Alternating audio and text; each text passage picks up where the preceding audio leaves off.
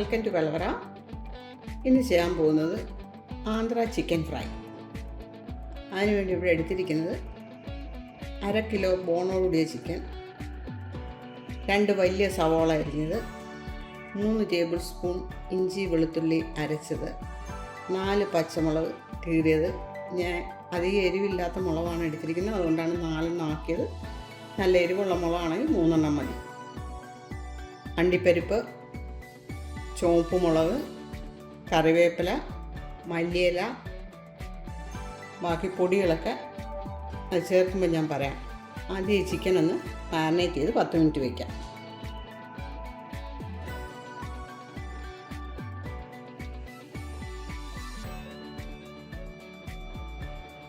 ഇപ്പോൾ കുറച്ചിട്ടാൽ മതി, നമുക്ക് ആവശ്യമുള്ളതിൻ്റെ പകുതി ഇട്ടാൽ മതി.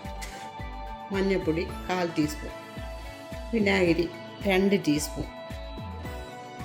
ഇനി ഇതെല്ലാം കൂടെ ഒന്ന് നന്നായിട്ട് മിക്സ് ചെയ്ത് വയ്ക്കാം.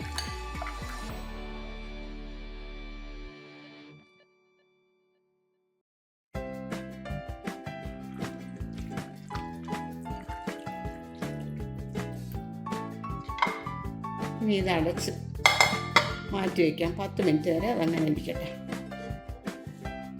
ഇനി സ്റ്റൗ ഓണാക്കി ഇതിന് വേണ്ടത് മസാല തയ്യാറാക്കാം. 4 ടേബിൾ സ്പൂൺ സൺഫ്ലവർ ഓയിൽ,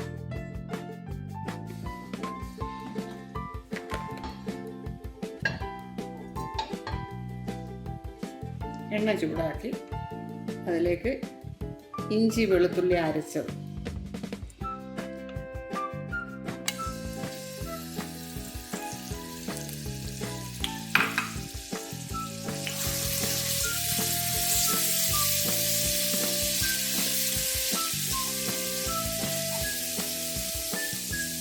സവോള,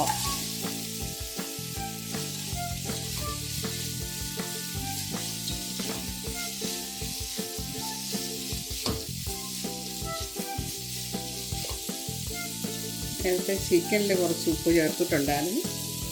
ഉള്ളിയിൽ അതും കുറച്ച് ചേർത്തിട്ടുള്ളൂ. ഉള്ളിയിൽ പച്ചമുളക്,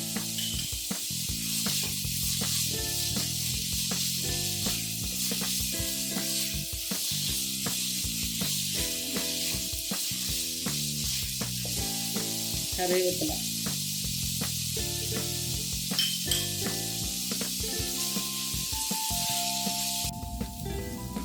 ഉള്ളി ബ്രൗൺ നിറമായി തുടങ്ങി.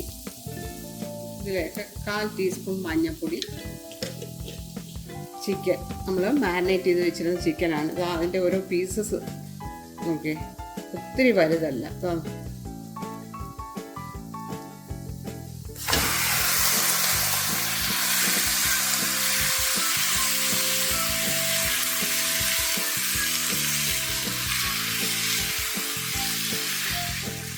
ആന്ധ്ര ചിക്കൻ ഫ്രൈയുടെ ഒരു പ്രത്യേകത എന്ന് പറയുന്നത്, നമ്മൾ ഗരം മസാലയൊക്കെ ചേർക്കുന്നതിന് പകരം ഇതിനകത്ത് നമ്മൾ ജീരകത്തിൻ്റെ പൊടിയാണ് ചേർക്കുന്നത്.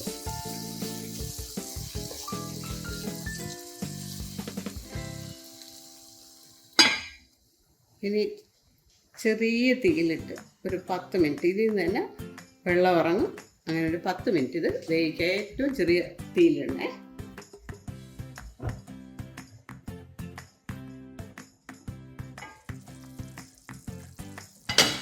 ചിക്കനിൽ നിന്ന് വെള്ളം ഇറങ്ങിയിട്ടുണ്ട്. ഇനി ഇതിലേക്ക് പൊടികളൊക്കെ ചേർക്കാം. 1 ടീസ്പൂൺ സാദാ മുളക് പൊടി, 2 ടീസ്പൂൺ കാശ്മീരി മുളക് പൊടി, 1 ടീസ്പൂൺ മല്ലിപ്പൊടി, 1 ടീസ്പൂൺ ജീരകപ്പൊടി. ജീരകം വറുത്ത് പൊടിച്ചാണ്. നിങ്ങളുടെ കയ്യിലുള്ളത് പച്ച ജീരകം പൊടിച്ചാണെങ്കിലും കുഴപ്പമില്ല.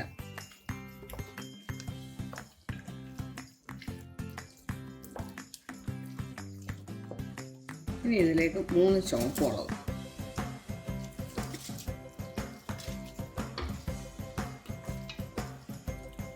ഇതിൻ്റെ ഉപ്പും പുളിയൊക്കെ ഒന്ന് നോക്കാം. കുറച്ചുകൂടി ഉപ്പ് വേണം.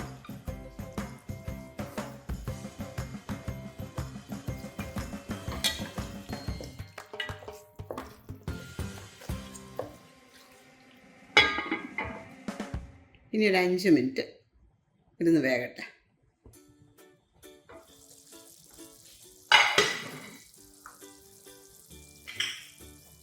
നല്ലപോലെ വെള്ളം ഇറങ്ങിയിട്ടുണ്ട്. ഈ തീ കൂട്ടി വെച്ചിട്ട് നല്ലപോലെ വഴറ്റിയെടുക്കണം. അണ്ടിപ്പരിപ്പ്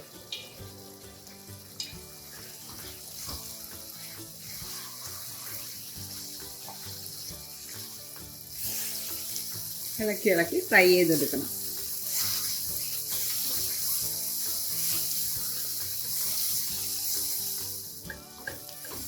അങ്ങനെ നമ്മുടെ ആന്ധ്ര ചിക്കൻ ഫ്രൈ റെഡിയായി. ഈ സ്റ്റൗ ഓഫ് ചെയ്തിട്ട് പ്ലേറ്റിലേക്ക് മാറ്റാം.